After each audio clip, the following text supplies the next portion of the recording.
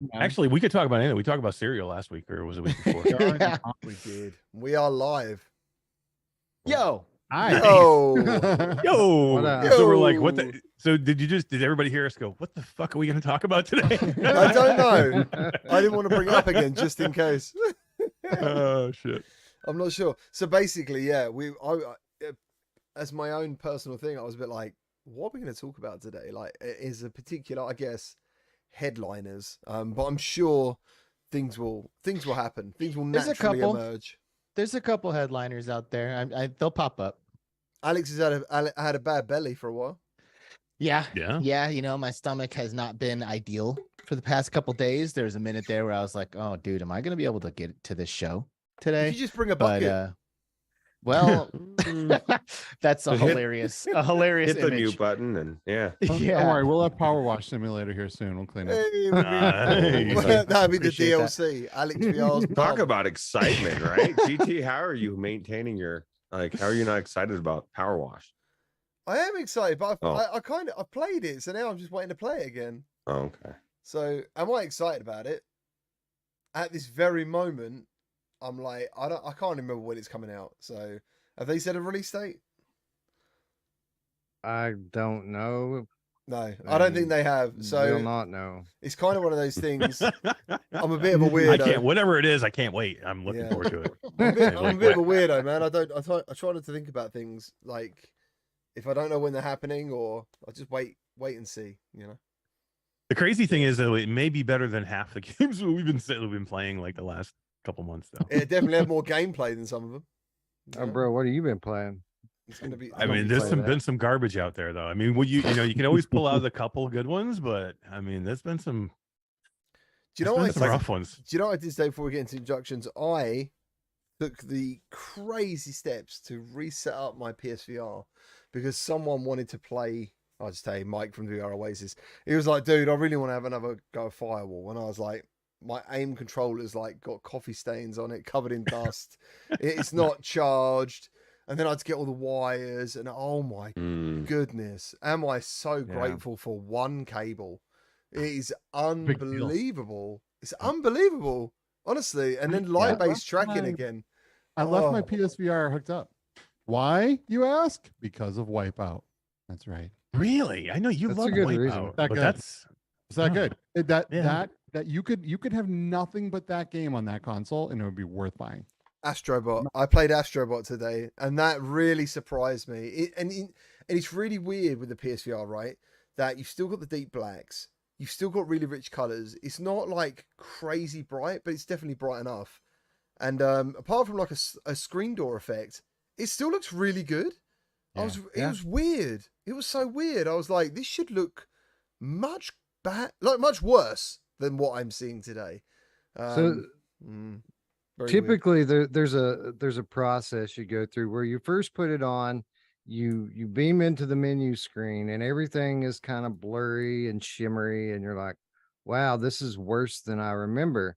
And then you start playing and it's like, okay, maybe we could do this. And as time goes on, your eyes and your mind starts to adjust to it. And then, within a few hours, everything just looks fine. It's good again. And, it didn't hurt that you were playing Astrobot, which is one of the better looking games on it. But you adjust to whatever you're used to seeing. It doesn't take very long. I was just so surprised that, I mean, that is a 2016 headset. And it felt pretty good to wear, apart from the fact mine is literally dying. All the stuff's coming off it. But it was. I jumped into Firewall. Hella jaggies.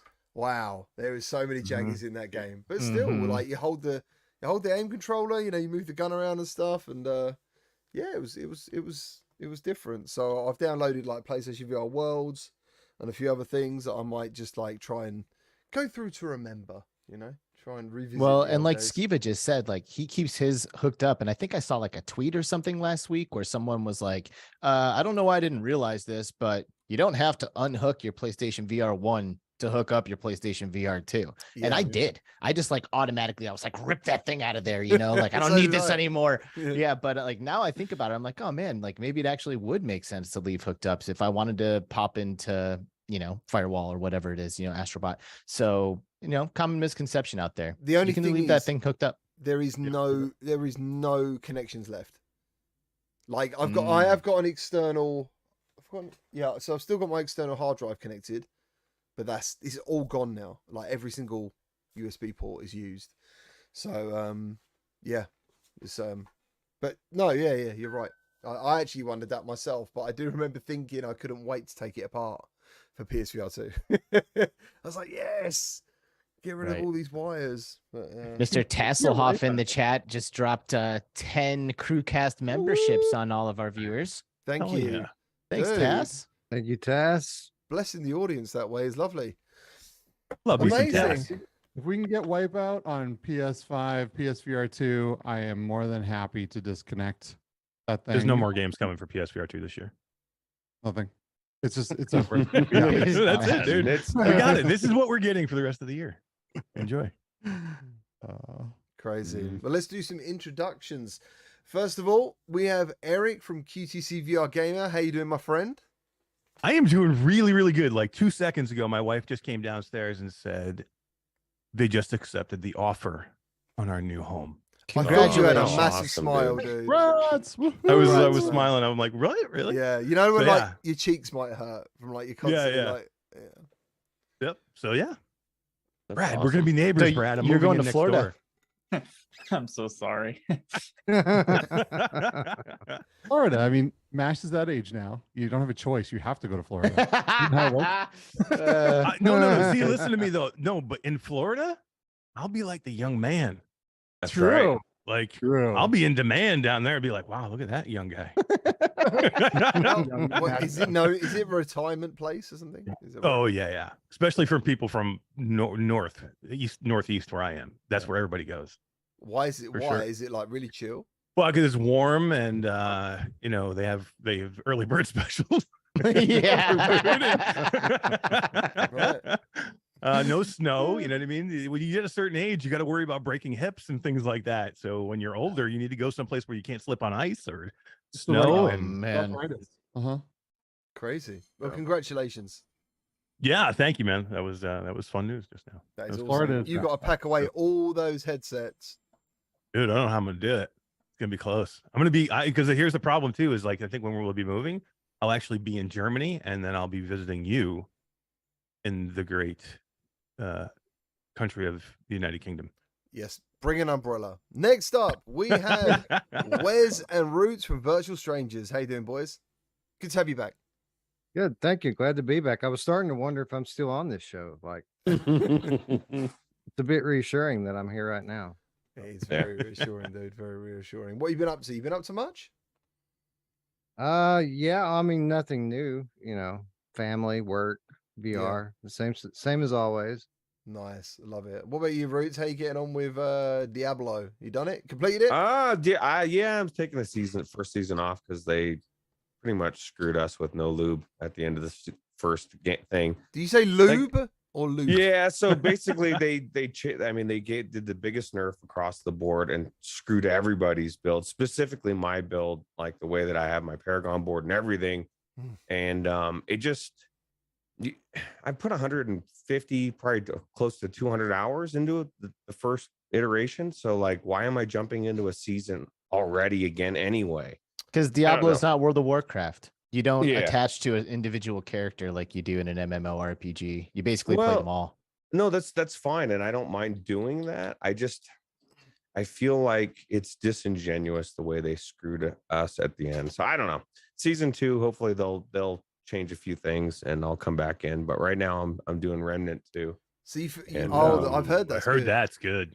Yeah, it's so far so good. It's the Dark Souls of shooters, although I kind of think Returnal is somewhere in there, feeling the same way. But yeah, it's hard as hell, and it's really good. It's weird the way you talked about that. So you feel like you've put loads of effort into this part of the game, and now the developers have kind of screwed you over a little bit. Well, this is the thing. I know exactly what Alex is saying. I was ready to go into season 1 and start a druid, start a new character, and I feel like I'd logged out for like a week before, take a little break, and then I logged back into my sorcerer and everything's fucked. Like my whole build is destroyed. all my gear is nerfed. Like all Oh, your best in slots are yeah. now shit. And I get it. You're moving on. But this is the thing. Just because season 1 comes out doesn't mean they have to destroy the Eternal Realm for the rest of the people that maybe didn't want to do season 1. Oh, That's one aspect of the game. Or And so maybe vulnerability was outperforming the other abilities, and they were like, you know what, we can't let people stack vulnerability like this because then it just destroys all of the other intended builds in the game. It sounds like a classic balance patch to me. It is a balance patch, but they just destroyed everything across the board. I mean, I don't know. The consensus in the community is pretty much overwhelming, not happy with what they've done. The casual people, which I kind of include myself, don't know the difference, but I follow it further than I guess maybe I shouldn't. But I don't know. Like I said, I'm enjoying taking a break and moving on to the season 2. it's kind of weird. Like when you talked about that, it reminded me of Elon Musk and Twitter. Oh Like, yeah. I was kind of thinking, I've put in years of work on Twitter, and it is fun work. I love building relationships and gaining followers and having a voice. And then like, he just seems to be, I don't know, just like, fuck it, I'm going to do this today. And change everything. You know what's funny? Yeah. You say that last Yeah. week or it was 2 weeks ago. I went to go get in the chat that we have for the CruCast, and I couldn't. It was like, because it's sent bar started by you, and you don't follow me, and because you don't follow me, I can't direct message you, and so I had to pay $8 to be able to join that chat to be What? verified. Could have And just asked GT to follow you. well, this is the thing, man. I don't want to upset Elon. Okay, like he's our future overlord. So He's upsetting me. uh, But, no, I I haven't you noticed know, any difference. I have rarely been affected except for a slowdown in following. I haven't Mine noticed has been anything. exactly the same. Exactly the same. yeah. I know Threads is like really quiet now, though. Yeah. Yeah. Well, So Threads was supposed to be that was like so popular the first couple of weeks, and everybody said Flavor Twitter's of the week. dead. Everybody's going to Threads. I mean, and I went over there too. Like I did the same thing. I ran over there, but it's like crickets over there right now. yeah. Yeah. Yeah. You know who has 2 thumbs and didn't go over there? This guy. My mom. Oh, I thought it was someone's mum. Yeah. We're breaking this out already. Wait, so you didn't take He's very Jasmine's petty, advice, Wes? No. I said we'll wait and see. We'll give it. 'Cause Right. I'm a Twitter guy. I'm a Twitter guy to the bone. I'm not a social media dude. You're an X do guy. Twitter. X, yeah, that's right. Yeah, X. That's right. X app, Dogecoin.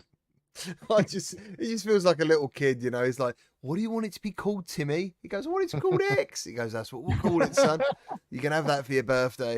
You know what I mean? Like, Well, in fairness, he's been saying he's going to do that for a while, but no one ever really knew if he was being serious because he trolls and so much and like jokes around so much. No one actually knew if he would do it, and here he is. I guess he's doing it. Yeah. it fans- doesn't really matter though. It doesn't. No, Not it to does me. not.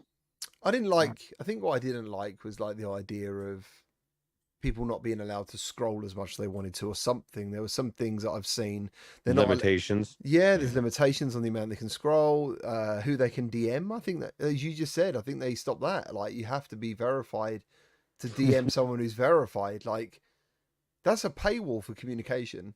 Like, Wait, but just- isn't that in? So like, can't I go into my settings and accept DMs from people that are not verified? I'm pretty sure that's a per account. It's probably GT's. GT, for whatever reason, you didn't want non-followers. He's exclusionary. I That's don't- the way he is. He's like he's Oh, elitist. What is level, He's dude? elitist and Fuck. exclusionary. Right, I'll have a look. Actually, it's just Roots. He was like, I don't take He's like, any nope. DMs from Roots. Block. Well, it was fine until he wasn't following me. You should. So, I am following How you. dare Why are you. you saying Oh. this? I don't know. Let me I never thought about the logic of Steve. I was like, why don't you just message him and say, well, I couldn't message him. I tried to. I was like, I am dude, following you. I am following you. As we speak, he's following you. No, like- I've been following you for ages. I don't That's know what weird. the hell happened. We had a donation earlier from Classy Yeah, we had a Grandma. couple. Hey. Hey. Hey. How you doing? Hey guys, I'm sneaking this in, so don't tell the banker. All right, shh. Ooh. Don't know. Sorry. Don't know. Sorry. But this is the only time I can tell you guys how much I love and appreciate you all. Big hugs. Big hugs. Whoop, whoop. Eric will be neighbors. Oh, that'd be Nice. See, I told you. Classy Be grandmas. careful, big bro. grandmas. Be careful down there. Eric's gonna The be a land of neighbor with classy Disney. grandmas. Your Eric- wife's got to be excited, and your Literally, daughter. I think I'm gonna be like an hour from Disney and like an hour from the water, like 40 minutes from the water. So That's it's like crazy. the perfect spot. That is Ocean perfect. one side, Disney World the other. Eric, you can be classy granddad. You know, No, grandpa. Oh yeah. No, I have my daughter's 9. There'll be Yeah, no granddad yeah. anytime soon. 15, 20 years from now. I may be old, but my daughter is very young. Your kids are older than mine, GT. You'll be grandpappy before I will. Oh, man. Ooh, No, he's right. that's interesting. Yeah, he's right. Yeah. Yeah. Mickey Barrios getting busy in the chat. Everyone snatch it up while you can. Oh. Oh. Lop Bear?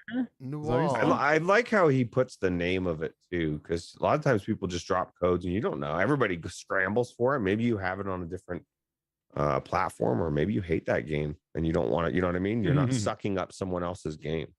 Maybe Yeah. it's Taco Face. You don't Maybe know it's it. Taco Face. Oh my god, what a good game. Tornuffalo.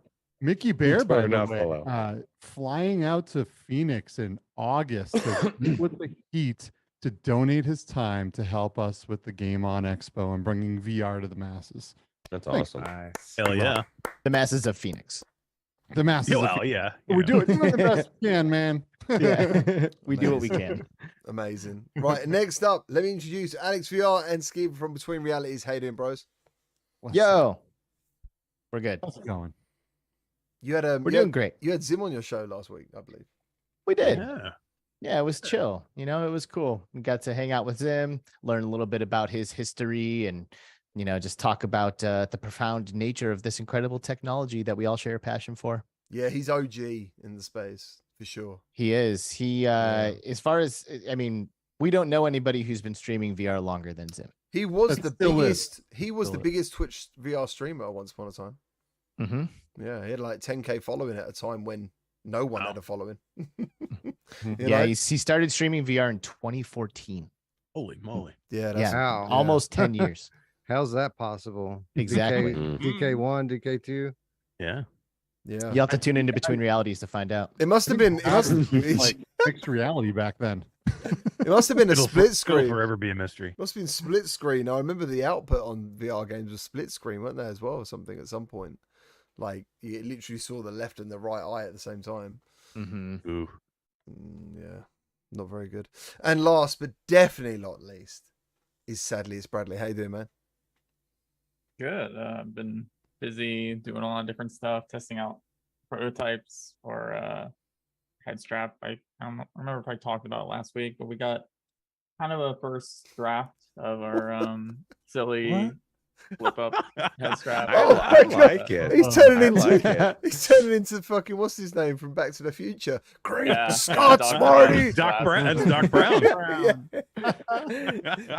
We got a lot of way to go, but it's a thing that kind of works. That's So fucking awesome. Is that dude. made out of a Connect set?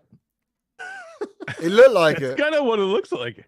you know what? It kind of does, and I wish you didn't say that because now I can't look at it any other way. But that's good. It looks like it works really good, though. I mean, who gives a shit Yeah. what it looks like? It looks like it works good. That's So true. yeah, we this is like I guess you could say prototype 0. I have a forehead pad that's printing right now back there, and the idea is you'll be able to make the width of the forehead pad. Also, this thing's like super adjustable. You can change how high it is, how tilted it is. It's gonna have a lot of different options for people to mess around with. So yeah. Nice. Very cool. Nice, dude. The $5 super chat, by the way, from Alakazam said, smoking some smoked deer steaks while watching some of my favorite guys. Keep up the good work. Much love from West Virginia. P.S. Quest Pro is not dead. Oh yeah. Yeah. I think Yeah. that's interesting. I'm wondering if Yeah. he's referring to these videos from Boz. And Brad, maybe you want to weigh in on Yeah, I those a little reckon bit. Tell us what he's happened. reacting to Brad. I reckon it's all about Brad. Hey, it's not me this Hey. time. This is all the information that pissed him off. So, but I didn't see him going out and saying the information is, scummy and whatever. But no, yeah, he's clearly getting very pissed off of things leaking out all the time from their company. They try to make an example of me, but now they have to deal with The Verge and the information. So Yeah. I thought they Right, loved The well- Verge, didn't they? I thought they were all like in like. No, it's Bloomberg. Bloomberg. Like, that they're in. Can you Nobody likes explain, Bloomberg. Brad? Can you explain what we're talking about to those who are yeah, not aware? sorry. So last week we were talking about how the information released a big article saying, we didn't talk about this part of this last week, but the information wrote that the AR glasses project is having more troubles and components are getting downgraded, features are being removed, but also they talked about how the Quest Pro, the current Quest Pro, is basically getting near the point where they're planning for an early end of life. They're not going to make any more components to build more after they go through the current stock. And the prototype that they had planned for a near-term Quest Pro 2 was basically suspended and canceled, which, you know, kind of goes along with an earlier article earlier this year that The Verge posted, kind of saying the same thing. So this wasn't really new information. It was just like kind of corroborating based on that. Now, Bosworth kind of came out. He was walking through a hallway, recording himself, sounding very pissed off, and was saying, well, no one knows except I do. I decide what goes to production. I decide what prototypes are done or canceled or what there is no Quest Pro 2 anyway because it's not announced. And he was insinuating that this leak might have came from someone who worked from a canceled prototype, so they're upset and just leaking it out to media. Yeah, he basically Which- said that they have like a bunch of different headsets always simultaneously in production without names, right? Yeah, and you know, that's true. That is a true thing. Like I think I said last week, the Quest 3 had like 3 different prototypes they could have chose to go to mass production. But I really believe, for everything I've heard, the Quest Pro line is definitely suspended for now. They're not going to rush out to re-release a Quest Pro 2 next year, which was originally the plan. That's been something that's been like kind of coined for the past few years. But the Quest Pro 1's lack of sales clearly means that they need a bit more time to decide what they're going to do to make a bigger impact than the Quest Pro 1. So yes, the Quest Pro line is not technically dead. The Quest Pro 1 is kind of difficult to say whether it's dead yet. It's kind of showing some signs of a Quest 1 situation, but yeah, that's the It whole makes thing. sense. It makes sense to me that it's probably not completely dead, but I mean, they could just change the name, right? You know what I mean? They could just change the name, not call it a Quest Pro, and do something different. Because here's the one thing I know that they don't want to get rid of, and that they're very interested in, and that is eye tracking, because they want to use it for a lot of information gathering. So I cannot, like, right now, they have no plans for a headset that has eye tracking. If you get rid of the Quest Pro, if there's no Quest Pro line, there's no eye tracking, and I guarantee you right now that Meta is not going to say give up on eye tracking, because we know the Quest 3 is not going to come with eye tracking. So in somewhere, whether they call it a Quest Pro or whether they call it a Quest 3 Pro or whatever they decide to call it, there will be a headset with eye tracking that is going to be coming soon. Yeah, absolutely. I completely agree with that. Yeah. Let me ask this. What would the argument be to buy a Quest Pro over a Quest 3? Just Not using it, I have no idea. Like, Yeah, it's well, it's the just, I best guess, display the- I've ever used. Right now, and the Controllers? controllers. The controllers, yeah. But can you buy those separate, or are they going to discontinue those? You can buy them separate now, and I can't see why they wouldn't continue. They're amazing, right? Controllers, face tracking, eye tracking. Those are the 3 biggest things I can think of that would be different between the Quest 3 and this. We don't know anything about PC VR hookup and compression, whether it would be any better or worse, because they haven't really talked about that, but whether it would be a better PC VR headset. But I think be those are the 3 LCD. biggest. Right? Quest 3 is LCD versus QLED, right? That's got to make a difference for PC VR. Mhm. I really think they're not interested in PC VR. They just but I think that makes a difference for PC VR gamers of why you may want a Quest Pro over a Quest 3. Yeah, I just don't. I just think that's so not part of their agenda now. It's massively not part of their agenda. But yeah, I want eye tracking. Yeah, Eye tracking is amazing, dude. And especially now that I've gotten a taste of what it can do to gameplay in Synapse, I cannot wait for more. Like, I hope a lot of developers are working on games that have super awesome eye tracking implementations. I was going to say that, Brad. You haven't played Synapse, have you? You haven't experienced that game. I'm not. Nope. That is a shame. That is a shame. There's one thing I Yeah. mentioned on the eye tracking, even for the Quest Pro, is even though the PC platform is pretty much abandoned by Meta, there's still a lot of amazing work done by a lot of the open source community. And a big thing that happened recently is there's a new translation layer for turning the Quest Pro eye tracking to do something called quad view rendering for eye tracking, which literally can get you to 50 to 100% better performance on PC. Really? Wow. Yeah, and it doesn't work for many games, but it works for, I believe, Pavlov and I want to say DCS World and maybe one more, but it's like insane boosts to performance using this method. Sounds good. How does that work? What does it do exactly? Do you know much about how? I think it's, man, I don't want to say because I don't know it fully. I didn't look too much into it. It's the same system that Vario tries to push onto people though with their rendering system, but yeah, it's on Quest Pro now as well. That sounds pretty intriguing. I wonder if Meta's looking at that going, interesting. Yeah, they got to keep an eye on the Reddit communities. They must probably pay some. Well, hopefully, they'd pay someone just to sit there and try and pick up all this stuff. That the community are doing. $10 super chat from Gravity. Welcome, thank you ever so much. Which comes first? High fidelity haptic suits, gloves, and VR treadmills like Ready Player One, or direct brain interfaces which stimulate senses while you lay like a mobile, like in the Matrix? Oh, That's God. a really good question, Definitely. in my opinion, Mm. because I'm- trying to replicate feeling through haptics is hard. It is super, super hard. Like, we are amazing machines, and our ability to like interface with regular reality is phenomenal. It's incredible. Like, if I run my finger across the top of a table, I can tell as soon as it hits a grain of sand, which is like super tiny, but it's like quite tactile and very, very present. So getting to that level of fidelity, like life fidelity with haptics and treadmills and stuff like that, is going to be an uphill battle. It is really, really tough to do. But You know what else is super hard? Come on. Your And mum? not not my mom. Oh.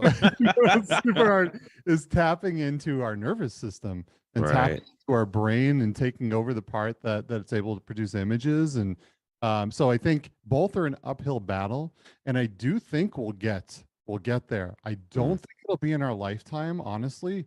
It's just too much. Like, we're still in the dark ages when it comes to medical stuff. We just don't understand the body as well as we want to and we hope to, and someday we will, and then someday we'll be able to do those things. But Yeah. I think right now we're going to continue down the road of haptic suits and gloves and all of that stuff, and get as good as we can.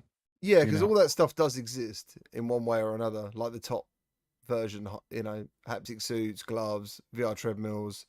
I guess a mix of. What was the stuff we talked about a month ago or more, Skiv, that you experienced? And it looked like it was Oh man, the patches, and it had It loads was of. so cool. Those They were cool. microfluidic haptics. Yeah, they were awesome. Oh, that That when I was- saw that yeah. looked like what should be a haptic suit.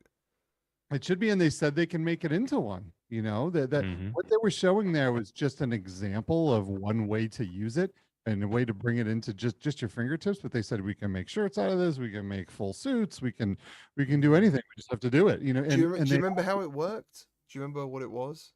Yeah. So there was little there was fluid inside, very a small amount of fluid inside, and each one of those little teeny tiny little cylinders, it was able to push, like, electrically stimulate it and push it through, and make bigger or very, very tiny little. It was like watching someone have goosebumps. It was so Yeah. That's what it looked like someone having goosebumps up and down their arm, kind of thing. I'd never really seen anything like it, but when I saw it, I kind of felt like that's what I imagined it would be like on the inside of a haptic suit one day. I got to tell Well- you, like I ran around that place and I wasn't as excited about anything there as I was for that. Like I felt like that had the most potential. Now those guys, right? They are, they're not in a place where they can start mass producing this and start making all this cool stuff. But if the right investors come along and or someone buys that technology, they said it was super cheap to produce too. Mm-hmm. So, I mean, think about.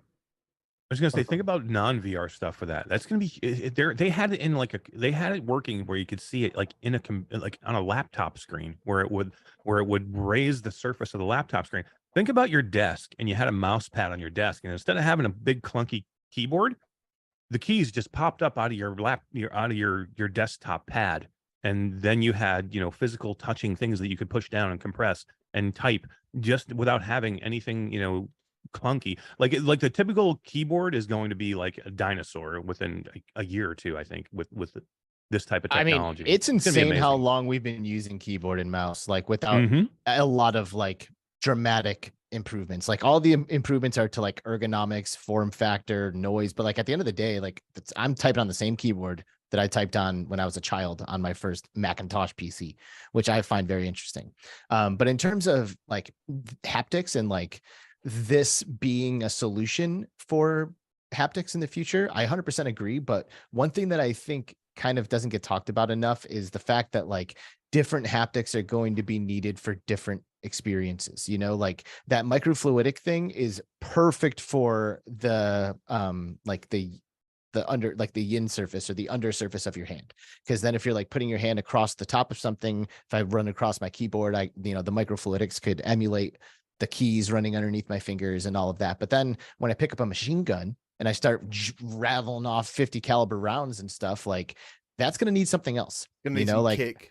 Yeah, it's going to need something else, and, PD made a really good point about like knowing the texture of something, like using your tongue, like that's literally like the way we interface with the world for like the first couple of years that we're alive. We just put everything in our mouths. We're like, okay, yeah, that feels like this, that's that. And we learn a lot about our surroundings by using our tongue as a young baby and an infant, and even as an adult. Hey. You know who else likes to put everything in their mouth? Yeah. And use their tongue? See, I've been holding them in for But you can't 30 hold them minutes in. now. You can't hold them in. You don't need to hold him in, dude. You don't need to hold him in. Did you guys ever hear of this thing, Next Mind?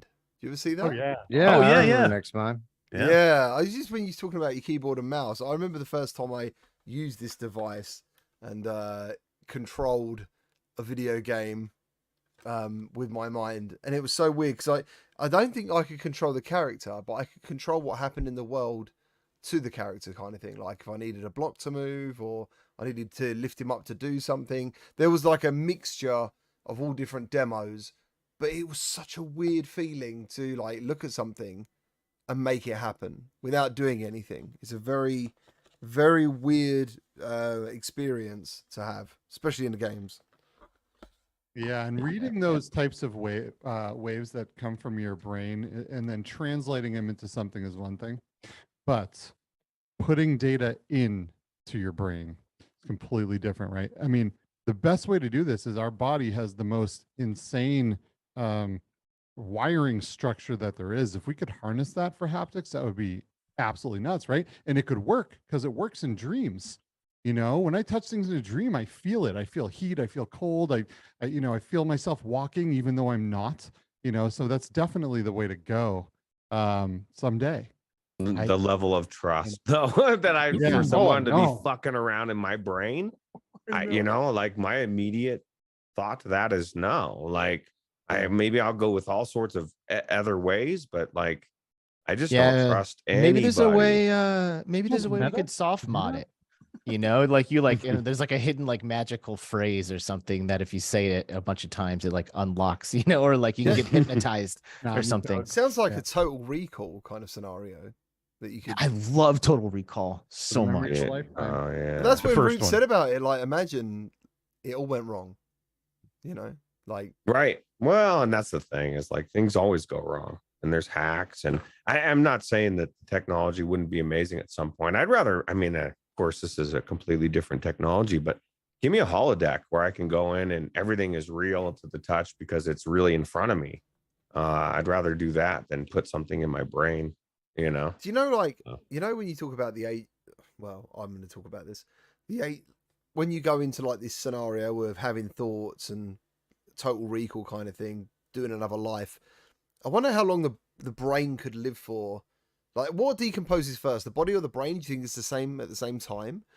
Because I was kind of thinking, like, imagine if you live some lifetimes, like, with not doing anything, you know, in like in a short space of time. What would happen? Would your brain be like, yeah, I'm too tired now, like I'm fucked? You had too many lifetimes, too many different experiences and memories. I don't know. Just wondering. Just Well, Well, I but mean, that's a now- can of now- worms. You're, Oh, yeah, shit. because now you're assuming that you can only do something in actual time like you experience it now. If you were Right. able to put those things in your brain, you might be able to live 50 lifetimes That's simultaneously. what I was saying. Would Mm. would be? Yeah, I Oh, think would be yeah. the case. Is that your brain would live longer than your body? You know. Yeah. Well, Or time is sleep completely body. relative, and experience related to time is completely relative. So yeah, it's like really interesting to like talk about like like I don't know, time passing when in this conversation. Mm. By the way, Brad, this is all pretty fringe. Do you have any thoughts about this kind of stuff? BCI, manifesting realities and matrix and all this kind of stuff? I think this was kind of touched on, but reading the brain way easier than writing to the brain at this point. And you know, there's a lot of companies out there that are looking to writing to the brain. Even Gabe Newell has his own company working on that. But I think people will be shocked that like everyone's obsessed with like the Sword Art Online, like plugging your brain into a game and then just turning your real body off, and then you'll just imagine everything in your brain. I think people would be very surprised how powerful it would be to just have read only, not non-invasive read only sensors, and having gameplay change based on just that input alone. I don't think you actually need to write to your brain for some of these more amazing experiences. Right. Like maybe Mm. biometrics could be fed into AI procedurally generated content. And there you go. Like the AI is writing and creating the content, your biometric data, the information about what's happening to you going into that, and then, you know, it reacting based off of the information that it's getting. Is that what you're saying? Yeah. It's like how you would talk about like VR could be better than psychedelics in some way. I think if you like have two very realistic screens in front of your eyes and then kind of tap into all the different sensors that your skin gives off hormones and sweats different ways, your heart rate, eye tracking is a huge BCI element, by the way. All those things together can like modulate the screen and what you're looking at and do enough maybe damage in some cases, but also do a lot of good for you as well. I'm still wondering. I really Sorry. No, I was gonna say I really think that by the time a lot of us are in our 80s, there might be BCI headsets that are focused on making our Alzheimer's a bit better. Oh, that'd be 'cause so that's- good. Yeah. Yeah. I'm more interested in you know, immortality than I think BCI brain control interface. I'm more thinking about uploading somebody's, you know, consciousness to, you know, into a computer and seeing if that's ever even possible. You know that people are working on this right now. Like literally there are people working on this right now. Oh, for sure. The question here becomes, will we imprison ourselves? Right. I mean, like this, are we in some kind of a game? Is there something afterwards? And if there is, if we stick ourselves here, that could be terrible.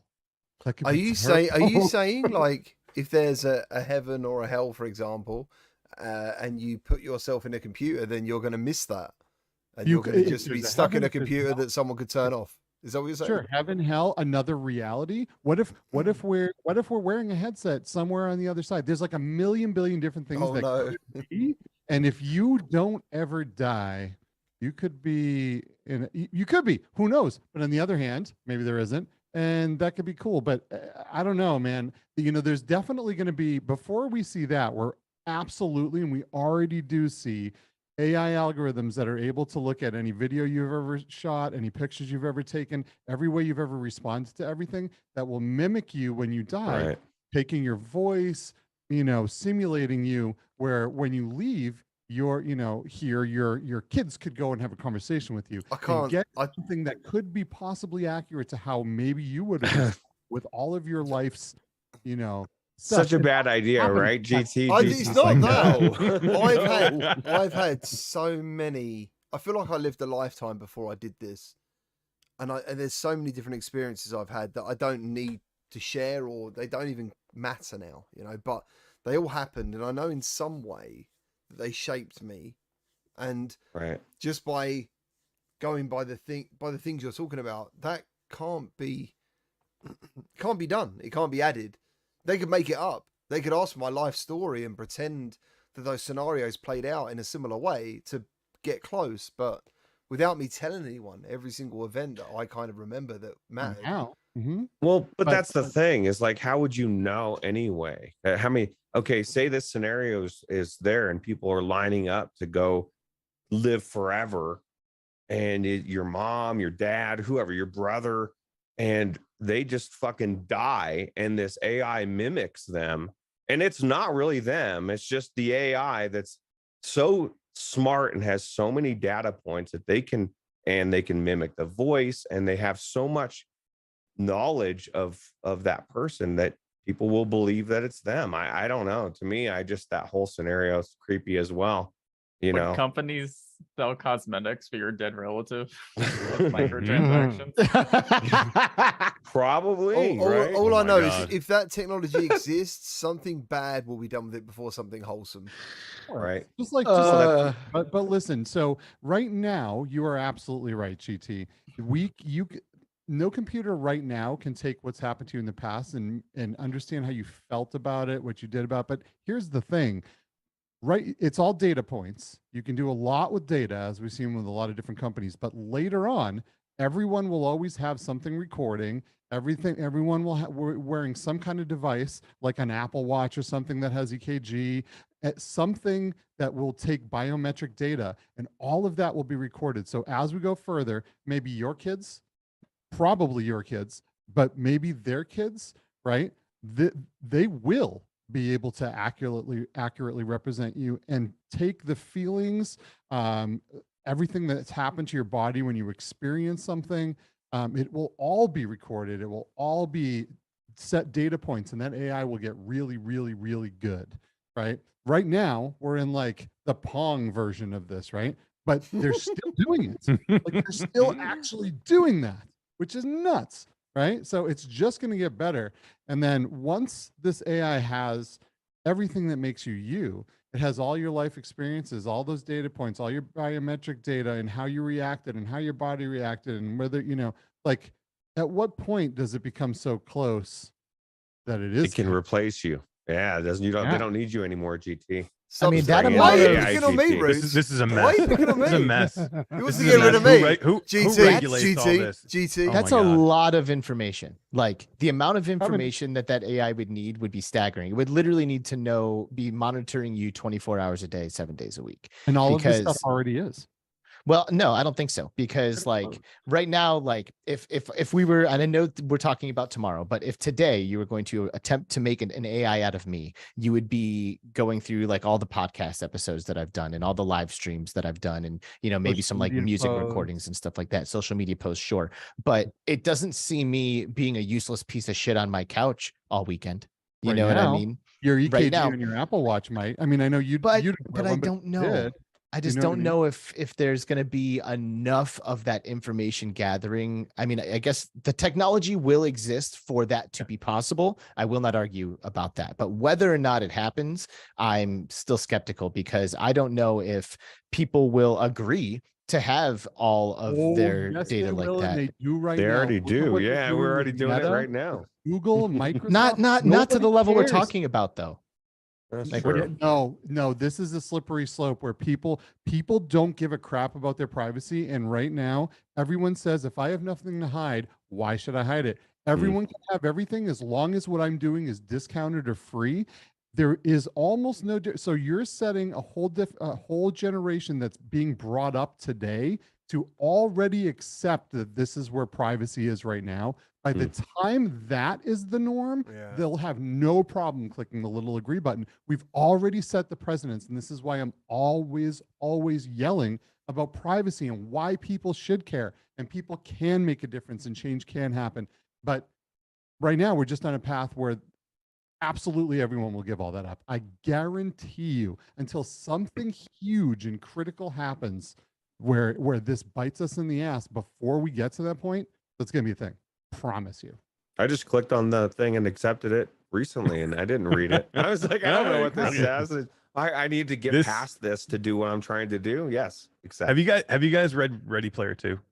Yes. This reminds me, like, this conversation and what happened in Ready Player 2, and not exactly what we're talking about, but very similar, and feels a lot like that book. And I love when there's crossovers between there's also fiction a really good episode of Black Mirror where a woman like loses her husband or boyfriend or fiance or whatever and gets like an AI replicant that they say like, oh no, he this is him. You know, we got all of his information for his whole life. This is him. And you know, knowing Black Mirror, it always kind of shows like the dark opportunities, you know, or like the negative possible consequences for these kinds of things. And she's like having conversations with the dude, and yes, he's responding in the way that he typically would have responded, but she's like going insane because it's just missing that element that made him human, you know. And she can tell, and she's like, no, I just want you to like get upset, you know, like you're just like and she just like is like pulling her hair out because it's like close but almost like uncanny valley kind of close, you know, and like not just this, just not it, you know, like there's something missing. It still isn't you. That can't be healthy. It's You're interesting. supposed to grieve, right? And there are companies out there, AI companies that are talking about doing exactly this. You know, give us your memories of your loved one, and you'll be able to chat with them. And like, it's just you can see it on the horizon, and it's just a bad idea. People, I think it's going to really mess with a lot of people, because people come and people go, and that's the way life's supposed to be. And now you're holding on to this like fake version of them. Yeah. And Y'all need to start taking privacy seriously now. Agreed. I really want to see I don't really want to see my dreams. I'm really upset that there's still no way at the moment to just go, what did I dream about last night? And just watch it like a little video. I'd like that. That's all this AI crap. I think it might horrify us. We look at what the fuck was I dreaming last night? Oh my God. It's so interesting because like the images in your dreams are not perceived in the same way that like looking at an image in your day-to-day life is, you know, like it wouldn't, like you take away memories of the experience. You know, you say, oh, yesterday I was on the Wienermobile and we were at the Grand Canyon and, you know, everybody was eating mint chocolate chip ice cream cones. But like, that sounds great. That's just your memory of the dream. But if it was to like actually like, you can't put that onto a display, right? Like, have you guys ever? I'd love to see that dream though. That'd be amazing. Yeah. Have you guys ever recorded? I don't know. Well, you have to talk in your sleep. I talk a lot in my sleep, and my wife would record it, and I started taking them to work to play to people because they were like stories. Like I was the detective investigating some blue shit that was fucking appearing everywhere, and God knows what else. You know, it's just rambling bollocks, and everyone found it funny. But yeah, I would like to have seen that. You know, 'cause sometimes you wake up and you're like, you might have an idea. That's something I've realized actually about, especially now I'm like doing stuff with video games, and whenever I have an idea about something, I write it down as soon as possible, because if I leave it even like 1 or 2 minutes, for some reason it just fades away, and I'm like, oh, what was that? What was that dream I had? What was that vision? So it fades away because your body has a very amazing your body's amazing. Thank you, Skipper. Thank you. It is. It eats away all that stuff. It eats away the DMT that your body releases when you dream, right? Like your body doses you with DMT, you dream, and then all of this stuff comes out and it destroys the DMT almost immediately. That's why if you smoke DMT, where you take DMT, your body is so proficient at getting rid of it and then removing the memories behind it. We are constantly being dosed with hallucinogenics, the most powerful hallucinogenics known to man. And then our body is super proficient with getting rid of it because we produce it naturally in our brains. It's all super crazy and fascinating. And I love it. This is very much a Between Realities episode. It Yeah, it really really is. is. I was just looking for Anthony. I was like, fuck, man, where is he? Yeah.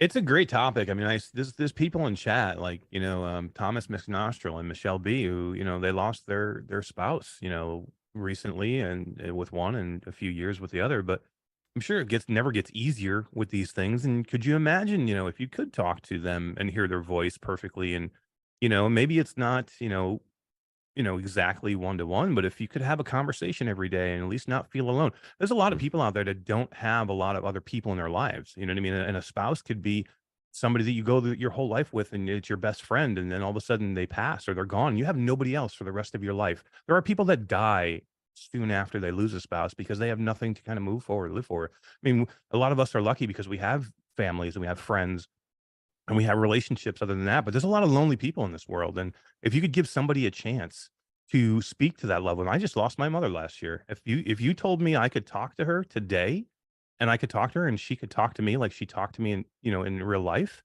I mean, that could have a profound effect on somebody's life. Moving forward, I mean, that could take a lot of loneliness and a lot of fear out of people. I really don't want to put it down on this beautiful image because I've lost people and I do feel what you're saying. But I still think that what if the tech doesn't do it right? How would you walk away from that feeling or that experience knowing that you possibly could have talked to someone that, and then you're looking at them and it feels like they're there but it's not them. I don't know if I could, I remember when my granddad died, I was in the hospital with him. For some reason, no one else was there. It was like 3 a.m. and he was choking and he was grabbing at me and all these different things were happening. And I remember knowing he wouldn't have wanted me to see him like that at the end. Like he wouldn't have wanted that, he wanted that nice, that last image, and when you're talking about this, I kind of thought, oh yeah, maybe I could have, because it was so many years ago now, I kind of maybe could have seen him again as now I have the other memories, but I have that memory. And that's something I'd like to erase with seeing another new memory of him. But it wouldn't be him. And that's kind of it's just weird. The whole thing's Yeah, well, and it's interesting because I really do believe that memory is at the core of all of this. Right. It's if you think about a past relationship, for example, you might think about someone who you were just utterly in love with, and the two of you were in love and it was so intense and it was so exciting, and then something happened where you guys had to split up and now you no longer have this person in your life. Maybe they're not dead, but they are still out there somewhere, and you know deep in your heart that you had all of these loving, amazing memories with this person.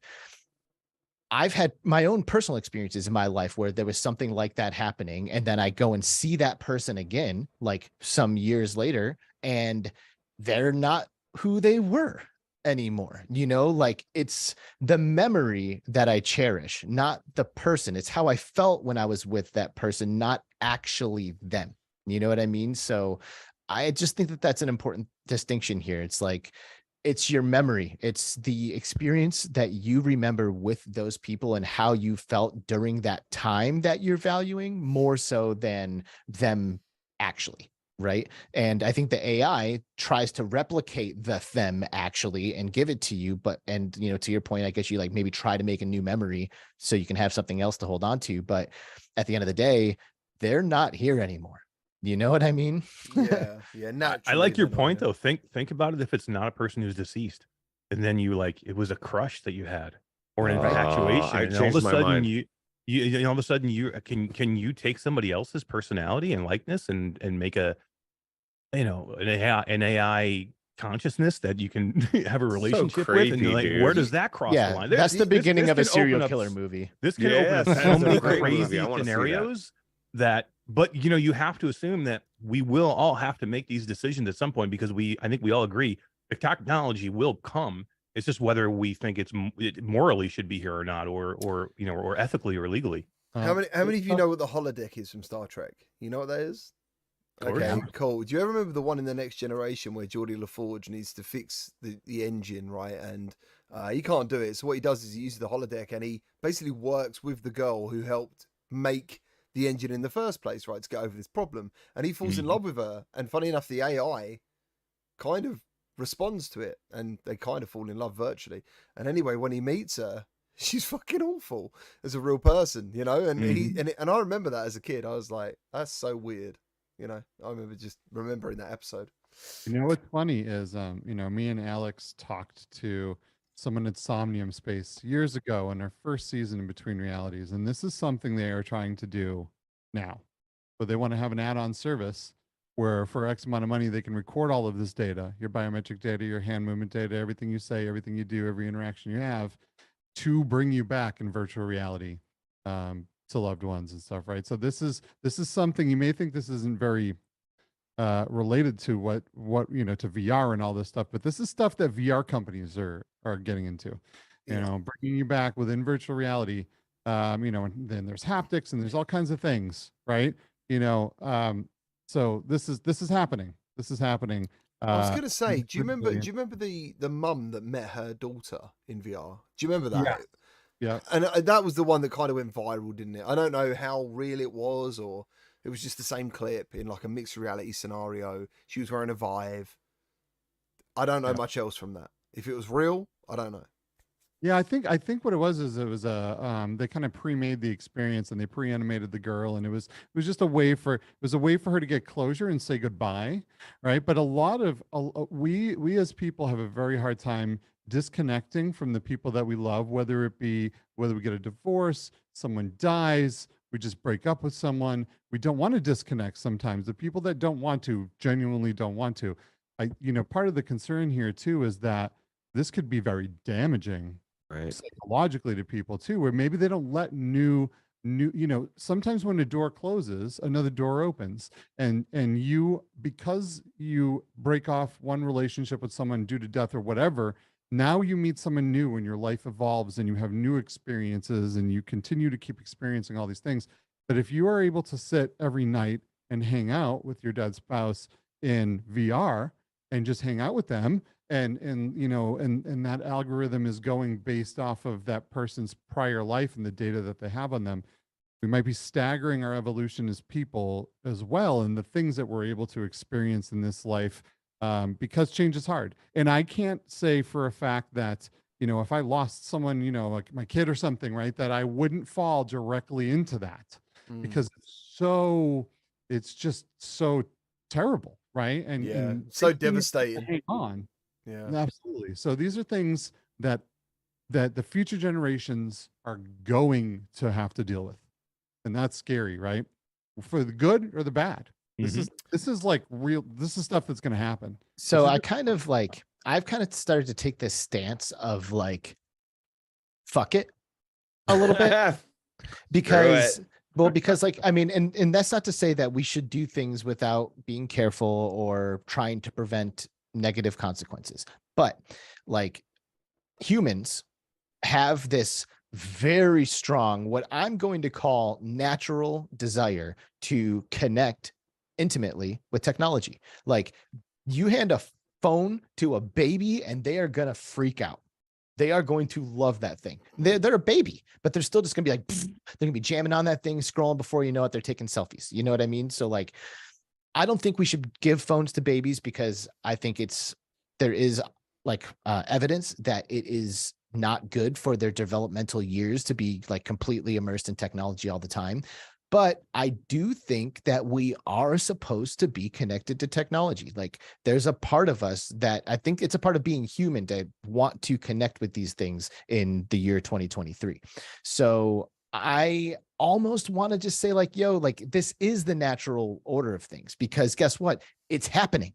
Like, if it wasn't the natural order of things, then we wouldn't be experiencing it. But here we are having the human experience, and all of this stuff is popping up. So like, you know, yes, we should be careful, but I don't know how much of it I'm planning on like resisting, because I do feel like it's the natural progression of our experience.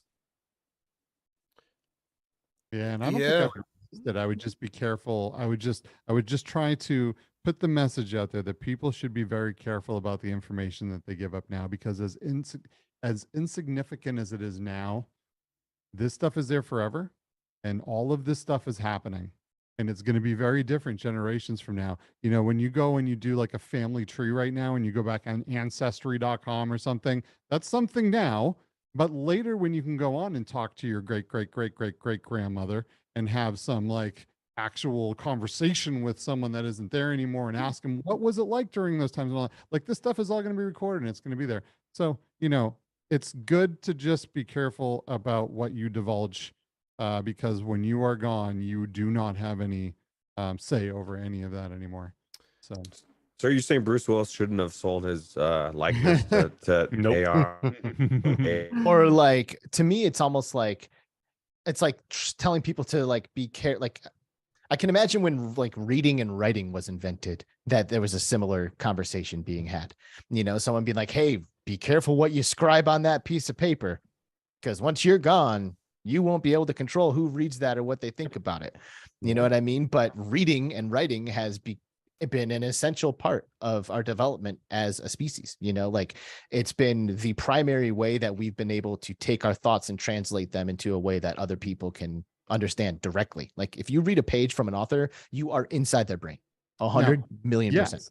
But now imagine that you cannot control what you write on that paper, and every little deep dark secret and everything you're feeling that you want to keep inside, that you have the chance not to write down on that paper, is taken and captured from you and recorded in a computer, that backups are happening and cloud syncs are happening, and that's there forever. So there's a very big difference, although it is kind of in the same field. It's definitely, you know, much, much greater, because those authors did get to very carefully choose on what they wrote True down. that.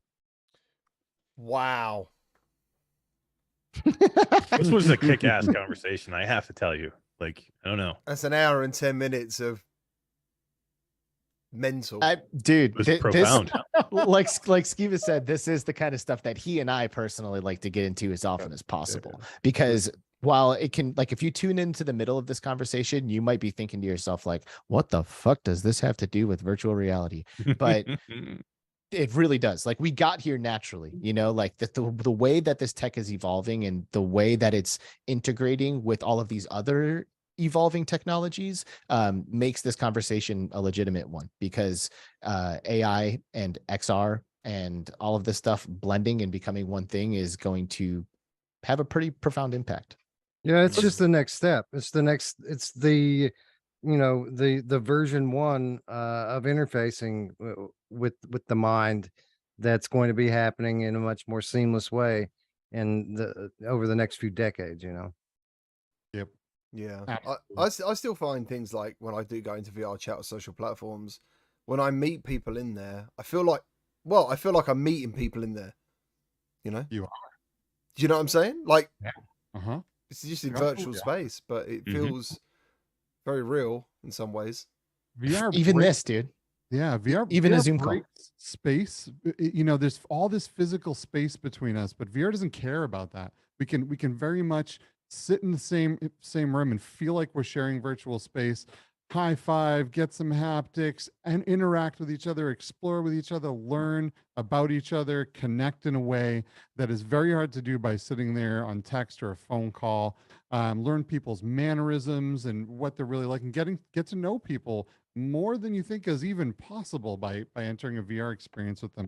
Things like VR chat and Neos and all of these things they're amazing at connecting people, and I think it's absolutely the evolution of how we're going to connect in the future. as Is well. there a decent like avatar creator out there? And I mean like one that actually makes you look like you in VR chat, for example, because in my mind, I would love us to have a VR CruCast Christmas party just with all the viewers and stuff, you know, something like that would be so That cool. would be cool. But I would kind of want us to look like ourselves somehow, Mm. if possible. I don't know. I mean, you can always commission it, which costs money and time. And then, you know, I know you know about Ready Player Me. Have I lost everyone? No, No, not not me. everyone. Oh, I've lost Skiba Just Alex froze, I think. and Skiba. I'm here. Oh, and Skiba, yeah. Oh, it's the ship. Did A Zoom Phoenix just issue, I drop think. off the map? Oh, you're No, back. they're there now. You're back, Did we Alex. freeze? You said about Ready Yeah, both Player of you Me. guys What froze. happened? Something's going on in Phoenix. There What may be a Alex nuclear- is- Oh, it is. there may be Alex a is nuclear back. strike. Alex is back, but is it really Heath. Alex? Oh, it's the Dude, all the- AI. Oh all my the- god. All the all the internet lines are melting in the ground right now. I know, right? I saw Barbie at the theater yesterday, Me too. and that's pretty cool. This is Yeah. my story though. Oh, So big Just shout out find it to interesting that both Snowtoad. of Big us shout out went to to see Snowtoad. freaking Barbie. Everyone That's watches probably more the interesting show. than any story you have. Sorry.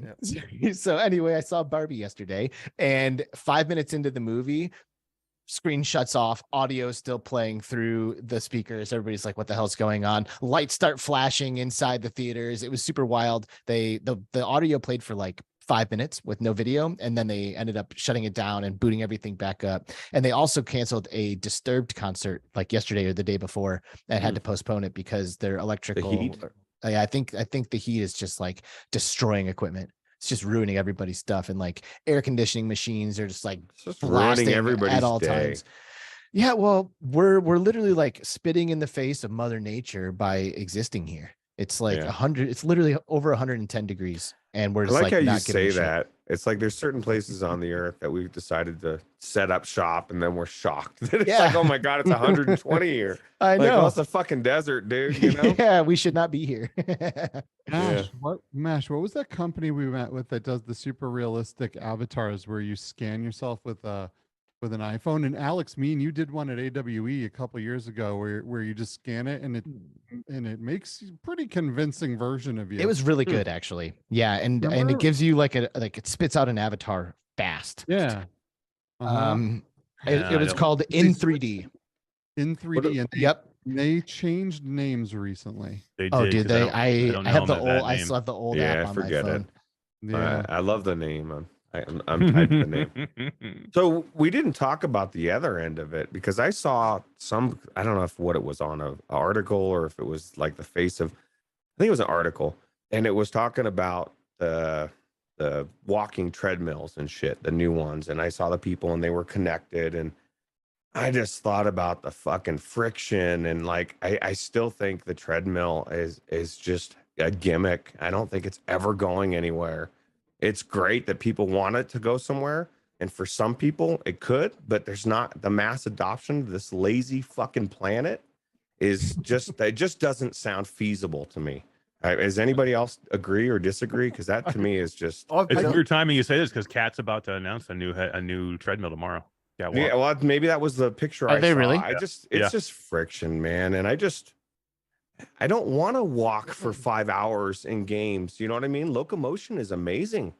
It's created for a reason. I think some people would love to, and some reasons, but I just think it. I don't know. I think there could be Yeah, some really cool like arcade experiences maybe that you could run around on a treadmill, but I don't know. I've been off of one of the ones you're talking about, Eric, and I'm still on the fence. Yeah, I don't want- want them. I don't want one. Like they're too big, they're too bulky. You can't move it out of the way. There's no way. So my favorite is still the cyber shoes, believe it or not, because I put them on my feet. I sit down and I can, get a little bit of exercise, burn some carbs, and then take them off when I don't want to use them anymore. Or start using my thumbstick. When you're strapped into a treadmill, it's a whole thing, man. What a pain in the butt. But I do think there is a space for both because sometimes I want to get exercise and it's 120 degrees outside. Right. It's Celsius, right? Like I don't want to go out and do that, but sometimes I'm like, oh, I really want to get some exercise and I don't want to go to the gym and like, and deal with what's happening in there either. So like it would be really cool. And I've done this with cyber shoes, like, take a spaceship to a planet in No Man's Sky and go hike up a mountain, burn a couple 100 calories while I'm playing a video game if I want to, and then go off and switch it off when I want to. I think that'd be great, but I think that putting a 150-pound treadmill in your living room is probably not the way to go. Arcades. I think it'd be great for Yeah. arcades, though, right? Like you were Yeah. saying. Yeah. And that's who gets most of that business. I feel So like I want to show Michelle my calf muscles. I've got good calf muscles. Oh, dude, J Bar's in the chat, can't. and he says Oh, you guys got to J-Bar, get me on yeah. one of these so I can argue my point for VR treadmills because he's on a VR treadmill for like every single live stream. Every that he stream. does. Yeah, he doesn't stream without it. Yeah. you're I in mean, headshot, so check it out. I personally am also not for treadmills. I see it as a lot of friction. I don't find the movement to be natural or intuitive, so it kind of like defeats the purpose for me a little bit. I was going to say that's the Um, bit I heard. Like the guy was describing it like you sort of walk forward and then you have to bring your foot back to the center or something and move it again. Like there's Yeah. something that didn't sound as I expected it. So I'm You're so always accommodating the treadmill rather than just moving. And why? I could Why is that? What's the reason? because the technology isn't there yet. Oh, especially at a cost that they can make people pay for. Like I bet you if NASA spent as much money as they possibly could on the best possible VR treadmill to ever Be exist, fucking that they would awesome. crush it. Yeah. Because they could probably attach like the speed that you're moving in game to this like amazing moving platform. And like if I skip, for example, like it would compensate for that. It would like move, and then when I hit the ground, it like won't make me trip and fall, you know, like there's so many things that I can imagine would make this hard to do. It's exactly right, but though it's body weight. The body weight of what your body weighs on a treadmill, trying to suspend, you need to be suspended in some way. Like when they get to the point where you can take some of your body weight, say they took half your body weight off of you, and you could actually just kind of like, you know, you move your feet like and not have to actually physically, and then you can move easier. Because nobody wants to do that. Like we can't, like you can't run in VR just like you would in normal life because we're not built that way. You know what I mean? The things that we do in VR are, you know, you're not normal. You know what I mean? You can't run across the field. You can't do Right. that. You just physically can't do that. But if they took the weight off of it, you know, think about like Ready Player One, where he's suspended by a pulley system where most of the weight is off of his body, and he's on a treadmill where he can move, you know, in omni direction. You know what I mean? So that's what it, to me, it's not the way it's set up now. It's that there's too much weight of your own body on it. You need to get your weight off of you in some way. And once they do that, I think you'll have a better chance. You just made me think, is there a weight limit to these? Yes. Soon there is. has to be, yeah. Height and weight limit, yes. Right, okay. What do we know what it is? So there's multiple versions. There is the arcade version that has a higher weight and a taller. I didn't thing. even Oh, think the about regular. that. Let me have a look. Yeah. They haven't mentioned it to No, me in no, emails, no, and I haven't mentioned it. And a lot of them you have to have special shoes. They're not going to have size 16s. You know what I mean? Steven's really got to get a What to special do there? shoe. Gotta use my socks or something, I guess, if it works that way. But yeah, there's definitely a lot of issues for taller, bigger people. So Where do you find this information? Because I'm on the website and it doesn't seem to mention Hmm. anything about a limit. let's see.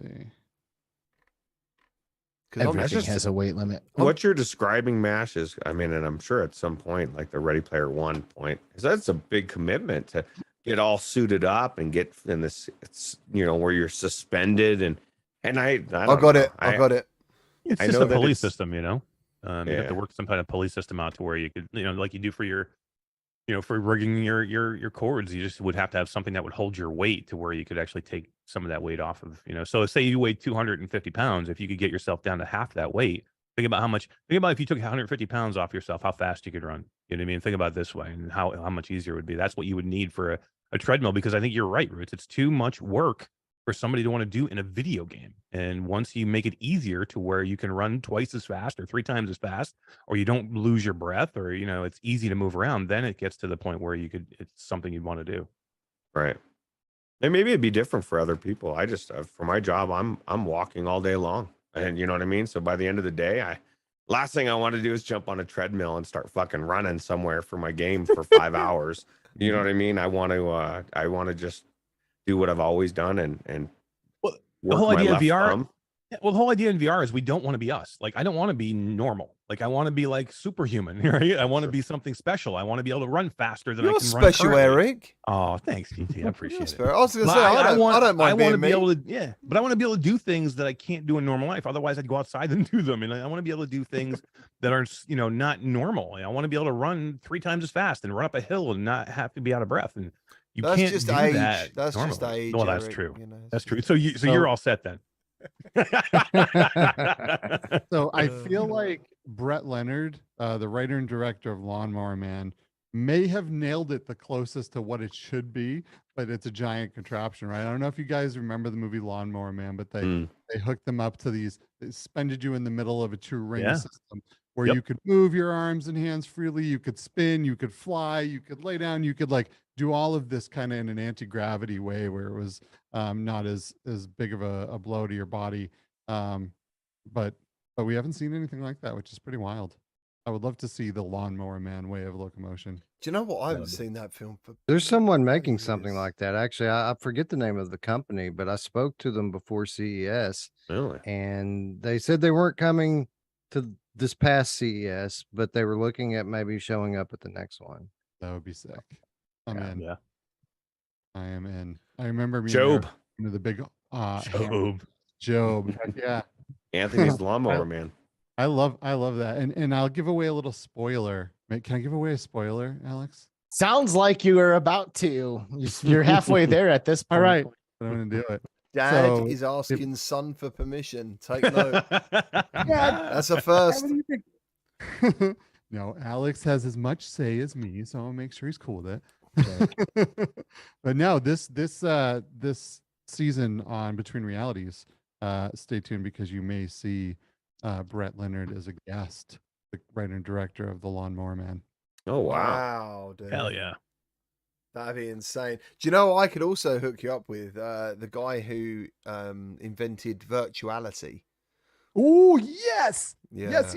Yeah, he's he's really interesting as like a company guy. Dude, I made a video on it years ago just to go over some stuff, and I played a game called, I think it's Pterodactyl Dactyl Nightmare. Dactyl Nightmare, Nightmare. Yeah. And it's Yeah. free on the Oculus store, like to go back. Yeah, And you can Yeah, you can flip it to experience the 40-degree FOV of the original headset and something like maybe 30 frames or less. I can't remember. between Oh, 20 and God. 30 frames. or That something. is so Yeah. cool. I am doing this. I did not realize that you can just go play Dactyl Nightmare in its Yeah. original form. Yeah. That's sweet. So I made like a video, not just on that. I wanted to show like some of the TV skits and some of the adverts and stuff, to show people like how amazing it was back in the 80s, like this technology and stuff. And then obviously you get in there and it's not quite as, but I imagine back then it would have been absolutely insane. And Blew my mind back then. Dude. yeah, he commented on my I couldn't video. believe what I was seeing.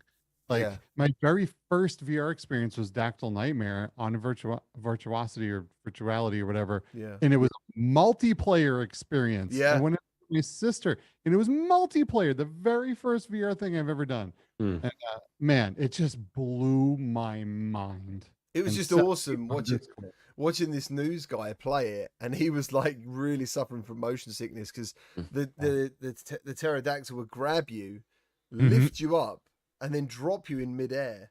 And you can see this guy going, "Oh my god, he's doing this with his arms. He's really struggling." And I thought this is so funny.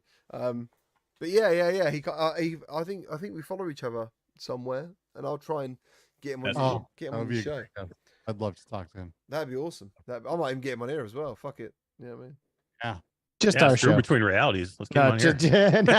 Yeah. I've ruined it now. I'm giving it away. Giving it Man, away. I put my tweet that we're going to talk about new games coming out. Are there any new games coming out? Not really. No, No. It was clickbait. Clickbait. It was Sorry, people. clickbait. No, there is new games coming out. Firewall, Crossfire, the Alvo, VRSO, bare knuckle fighting. That looks awesome. Oh yeah. There's actually. stuff. Oh yeah, someone was talking about that those screenshots are from Quest. Yeah, it's Yes. nuts, Yep. right? Is that real? Yeah. Because I would put That's money on real. that being absolute bullshit. Well, it says on the bottom either they're lying or it's real. Or it's 6 frames a second. Yeah, true. Well, I mean, they are screenshots, so it's one frame for infinite Forever. seconds. It just No looks, seconds. it looks too detailed. Yeah, that's cool, man. Bear. Oh, the X is there. The X is there. I saw loads of people talking about people hating on Elon Musk. I don't Yeah. hate Elon Musk at all. Like I just feel like he's, don't know, like some rich guy who just does things for a laugh. I don't know. I'm not sure. Well, He it's might. what he's been doing his whole life. Like, who was it? Said he's a troll, right? As I said, he's You never obviously, know if he. he's obviously doing well at what he's doing. But like, what is the tweet? Well- So the tweet, but it is still tweeting. Well, this is the Tweeting? thing It's about him. Xing. He- You're Xing.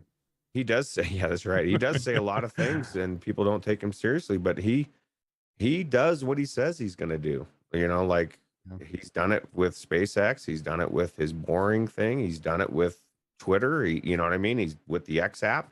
He's been talking about that X app for like 5 years or longer. So he's just doing what Elon does, whether There used people to like him or be- not. There used to be a time where if someone came along and made one thing that improved people's lives in the world, that it was very rare and everyone thought they were great.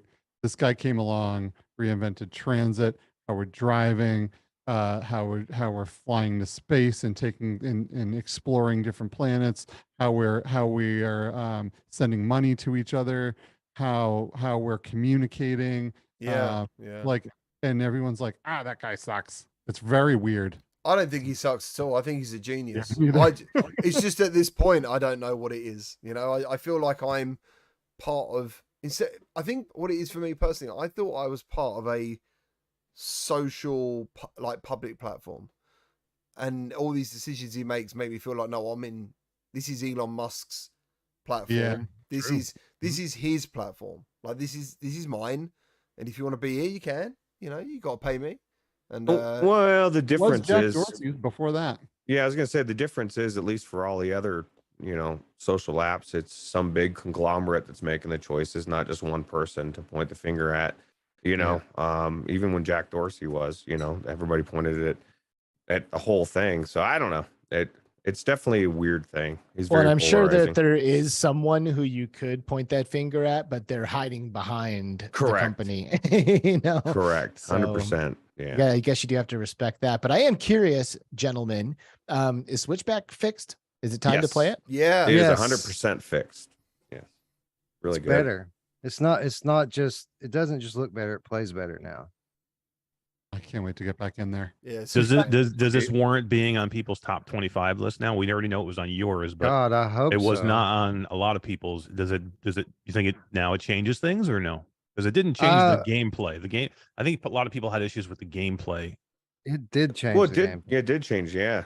Because I noticed. Yeah, but what I mean got is the- let's take AJ for an example. I know he did not like the second half of the game because he said he thought it was repetitive and boring. That's not going to change. Well, that's not going to change. But what did change, at least for me personally, there was a point where I had a freaking zombie thing in my face, and I had both of my guns, and I was shooting him, and I was very shocked that I wasn't hitting him, but my guns were angled, and so whatever seemed to be happening before, where it felt like there was aim assist, it didn't feel like there was aim assist. I literally was able to miss the zombies. So something's different in that respect. Yeah, I've asked multiple other people about this, and not everyone has noticed it, but a lot of people have. That very noticeable aim assist that was in the game at launch doesn't seem to be there anymore. Like your he's guns talking about- actually fire straight. You're talking about scoreboards, Wes, weren't you, the other day? Yeah, Yeah, I missed Yeah, yeah, and it's going to be difficult if I'm right, if I'm correct. It's going to be difficult for anyone to reach their higher scores, especially people playing on the higher difficulties now, because it's more difficult to play the game now. It's harder to hit the target because they're not helping you anymore. So which is- PD just said Switchback was still the same for me. I think people who had issues have different components in their PS5s Wow. or PSVR 2s. Pat, wait, well, you're saying there was no changes, PD? Okay, for one, the loading times were significantly decreased. Halved. Like it would go For from one your scene to the next. PS5. Oh, though. that's right, my different components. Okay. For your different and maybe PS5. and maybe that is true. But the scenes, I started the game over, the scenes in the actual cutscenes were crystal clear. That the blurriness that was there, that shimmery wasn't there anymore. And like Wes was saying, the distance and the things that you saw in the distance you could see a lot more clear. So I don't know. To me, it felt like it was night and day difference, specifically in the cutscenes. So it felt like for me, it's like when I played it before, I enjoyed it. It was a zombie shooter. It was there's like moments of nothing and scenic railway and things like that. But playing this new version, it felt more like a House of the Dead shooter That's what it felt like suddenly in I certain. got that vibe. Yeah, I got that vibe a couple of times. Yeah. and I was sort of thinking to myself, why is this happening? Like, why is this happening? It didn't happen before. And maybe, I mean, like you're saying, if the ISIS isn't there, that means you've really got to try and focus. Like, you've really got to work hard to get these shots right. But Paradise, yeah, if you're saying slight changes, I would honestly say I think there's, in some ways, looking at my side-by-side footage, there was actually some effects they'd taken away. So it didn't look as like, not glossy. So for example, like flames, there were some bits missing, you know, like it wasn't as polished almost in some ways. I don't know. There was some effects missing. But the game just looks so much crisper. And the zombies, because of that, it looked more like a arcadey shooter. And I thought it really, really suited it. I thought it looked really good. Suddenly I was playing this game and I was noticing stuff I'd never noticed before. Same here. Same here. And I was going through areas like, is this new? Like, I don't remember this. Yeah. You know? I was going through the notes and I was like, no, they have not added a new area. They might have added new animations to some of the enemies, but there's not a whole section that wasn't there before and it is now. Like, that's bullshit. And so I'm sitting there, I'm scratching my head. I'm like, why does it feel like this? So yeah.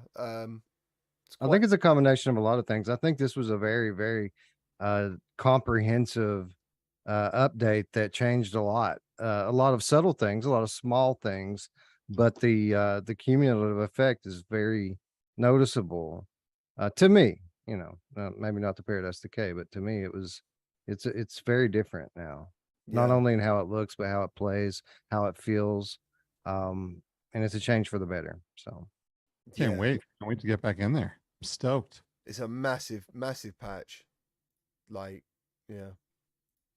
Man, I really hope now that they have this dialed in, maybe they put some focus on remastering Rush of Blood and bringing it in. Yes. That'd be beautiful. Although Wes wasn't, Would be you were sweet. saying last night that I guess that's up to Sony. that is a Sony, reportedly a Sony thing. Sony's got full control over Rush of Blood, so it's not really up to Supermassive. That was Reddit, wasn't it? It was on a Reddit thing. I think that come up. Someone was asking. It was in my comments. It was in my comments. Somebody like, listen, they've said this 100 times. You know. Yeah. That they can't do anything about it. It's not. Yeah, it's not even the same team, like that made Switchback, that made Rush of Blood. So That's right. But that being said, I agree 100%. I want it now. I think it would be amazing, a remaster. Just a remaster with the new graphics engine and the new haptics and all that stuff added into it. That would be enough. you Yeah. know? I played Lo-Fi yesterday. Yeah, I saw that.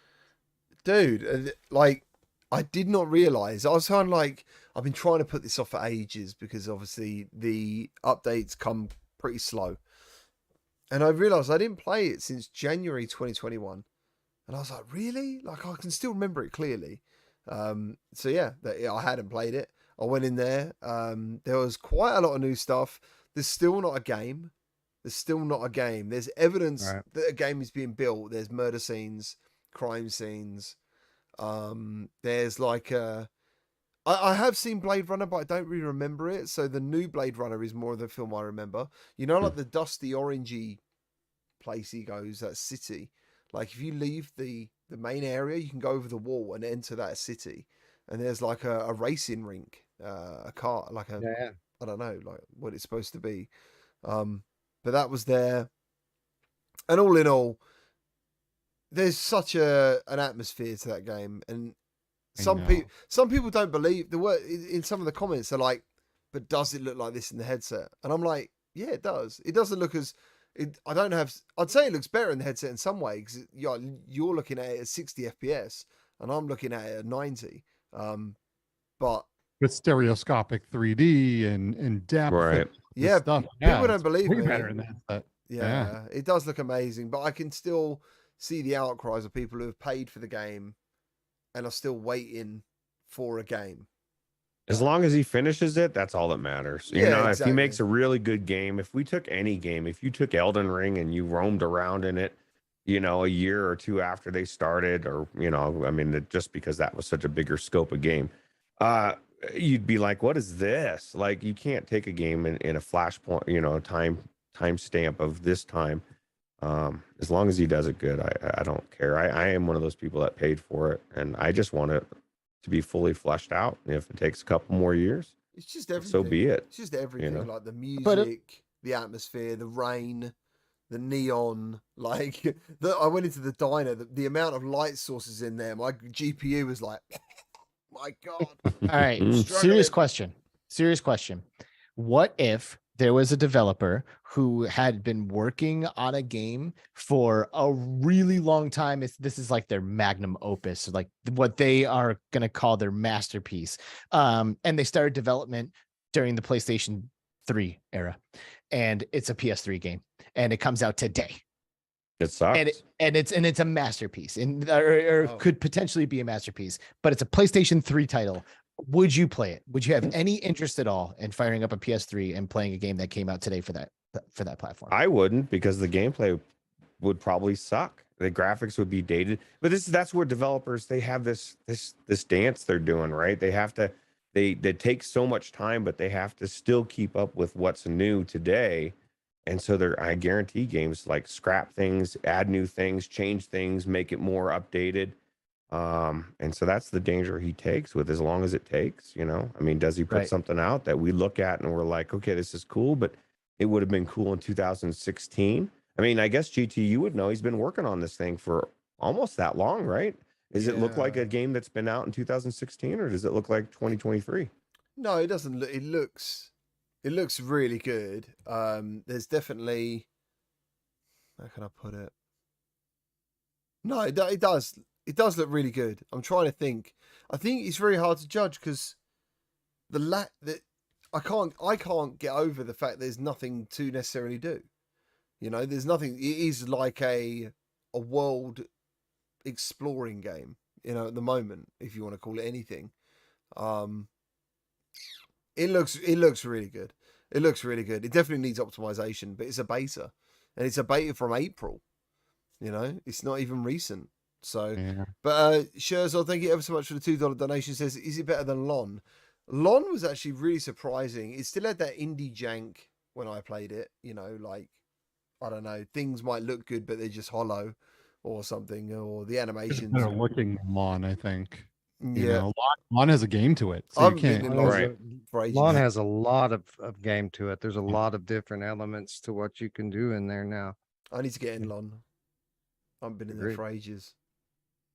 Yeah, there isn't a lot. There isn't really anything to do in lo-fi, but I will tell you, last time I went in there, I walked around for hours. I was floored by what things looked like. It was absolutely gorgeous. I remember landing my ship and going, "Oh, there's a movie theater over there." And I walked in, I went, and I watched a 20-minute short movie, and it was awesome. It was really, really good. And then I left, and I got in my car, and I took off, and I flew to some hotel, and like it was really. I don't know that there's really anything else out there that compares to it graphically. It is stunning, absolutely stunning. Now, if he can build a game into that, which you got to do, because stunning can only get you so far. Like I'm not going in there every day because it's beautiful. Like I need something to do, right? Yeah. But if he can make something good in there, it could be a home run. But we'll just have to see, because getting game mechanics down is very different than building beautiful scenery. Do you know? Yeah, absolutely. Have you seen? Do you remember in Lo-Fi you can go to the apartments where you live? Mm-hmm. And I remember thinking, I don't know if you've ever seen. Have you seen like on YouTube and stuff? There's some channels that just play like a reoccurring background of some sort of animation, and they play music. And there's a bit in Lo-Fi where you're just looking out of the window, and the rain's hitting the window, and you're just looking at the city. And I was like, fucking hell. Like, I could imagine myself just sitting there and having to think, like, and just getting away from it a little bit. And anyway, I was going through the apartments, and Blair is in one of them in a time capsule. Like, it's so freaky, dude. He's got his goggles on, and he's frozen, like, in midair. And I was just like, I'm not going to spend I didn't see that. I'm going to have to go in there and look for that now. Yeah, as I said, it was updated in April. There's a lot of new stuff I found, and some characters. He put himself in Techno Lust as well. He was in the arcade in like this fortune teller machine. where you put in credits. and Oh it'll, yeah, like, that's right. A little bobblehead version, wasn't it? or something? yeah, yeah. Yeah, Hmm. yeah. I I'm remember excited. I'm excited to see where the soundtrack goes because he's hung Gunship posters up all over the game. He's been talking to them about doing a soundtrack for the game, and Gunship is up there with one of my favorite bands of all time. So I cannot wait to get my hands on the soundtrack to this game too when it comes out. Yeah, yeah. It's for going to be sure. awesome. I feel like in a way he's building like the perfect social space for VR, but making it single player. Um, I don't think there's going to be any kind of story campaign. And he said repeatedly, there's not going to be anything like that. It's just going to be a space for you to exist in with a bunch of, there'll be some mini games and things in there, arcade and fishing and racing and this sort of thing. And then you can work. There's going to be like little miniature side quests and stuff that you can do. And some of that stuff will have a little story behind it, but there's not going to be any kind of conventional game here. Yeah. It's gonna be I've- Shenmue in VR. I don't. Yeah, I want to drive a forklift. Nobody remembers Shenmue from the Dreamcast? It was Yeah, classic. dude. I remember You the carrying title. boxes with the guy Yeah. at the same time, and if you dropped This is him, like you just had a job. You were like a forklift driver. I in a already got warehouse. to deliver Amazon packages recently. That's enough for me. Oh, that was a good one too. are you Or one of whatever- those? Are you one whatever of they those were called. guys? Do you just throw them? No, I mean in the game, but Oh. yeah, I would love to in real life. It's just actually I did work for Airborne Express when I was in my early 20s, and yeah, there's something very satisfying about flinging somebody's package at their door. They just don't get caught. It's not great. That's Don't nice. do it, GT. No. I just want to thank everyone for the support today. Mickey Bear just dropping keys of some really great games. I'm like the Green Hell VR, Gloomy Eyes, not to mention probably God knows how many more he's done throughout the show. And you know, I hope people are saying thank you. You know, yeah, it's amazing. Thank you. Key gone in 0.1 seconds. Gotta be quick. Someone's sitting there like building up their bloody Steam library off Mickey. Like, yeah, Yeah. Well, and like I don't know like what it's based on, but I do know that streams just show up at different time, like in like different intervals, I guess, for people. Like sometimes when we're traveling, like me and Skiva and Mash, like we'll all be tuned into virtual strangers while we're in an Uber or while we're at an Airbnb or something like that. And all three of us will have our phones going and they'll all be live, but somebody will be like 2.5 seconds ahead of them, or 5 seconds ahead, or whatever. And I'm sure the live chat's the same. So somebody out there is getting an advantage. I don't know how, but I'm sure that it's not appearing in the exact same timing for everybody. Well, and if you're good at copy pasting and you know their Steam keys, it's very easy to boom, boom. I mean, I used to grab keys off of Anthony's streams back in the day.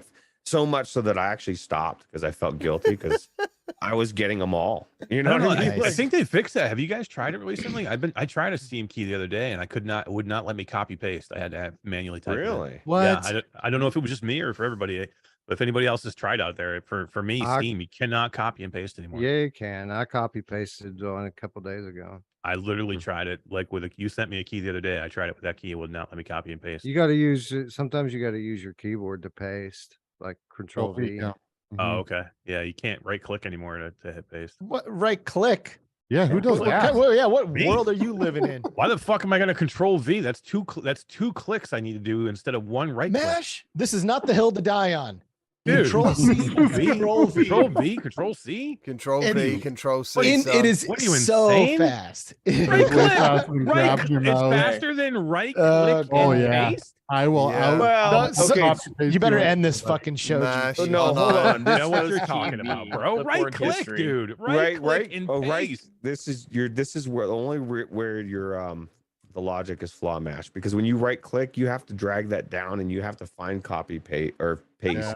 instead of Yeah. just Control V Seconds. does it in one shot. Boom, bam. Yeah, I- seconds, I'm there are trying. no All right, I'm gonna seconds. try it right now and see if it Copy even and works. paste, It like, probably doesn't even second. work. It doesn't Probably even doesn't work. You're Why wouldn't it hilarious. work? You're hilarious. So man. I do want to take a second just to let everyone know out there that Mickey Burr does, or Mickey Bear, as it's actually correctly Bear, pronounced. Mickey Yes. Bear. Yeah. Fucking He is. So he isn't like he isn't like part of the show and he's like distributing keys we gave him. No, this guy went out and bought all this stuff Yeah. because he loves the community, and he's just here like giving you guys games because he's a rad dude.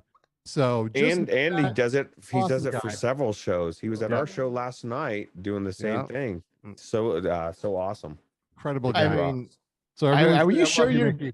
Are you sure he's buying them? How do we know he hasn't just like gotten access to the Q2C game list and he's just siphoning? Now we Should know I? what I'll happened give to it to him. Now we know what happened to it, Eric.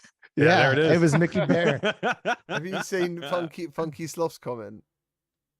No, what do you say? Right. Right click, Grandpa. I know. We need I to get know. that on a Yeah, t-shirt.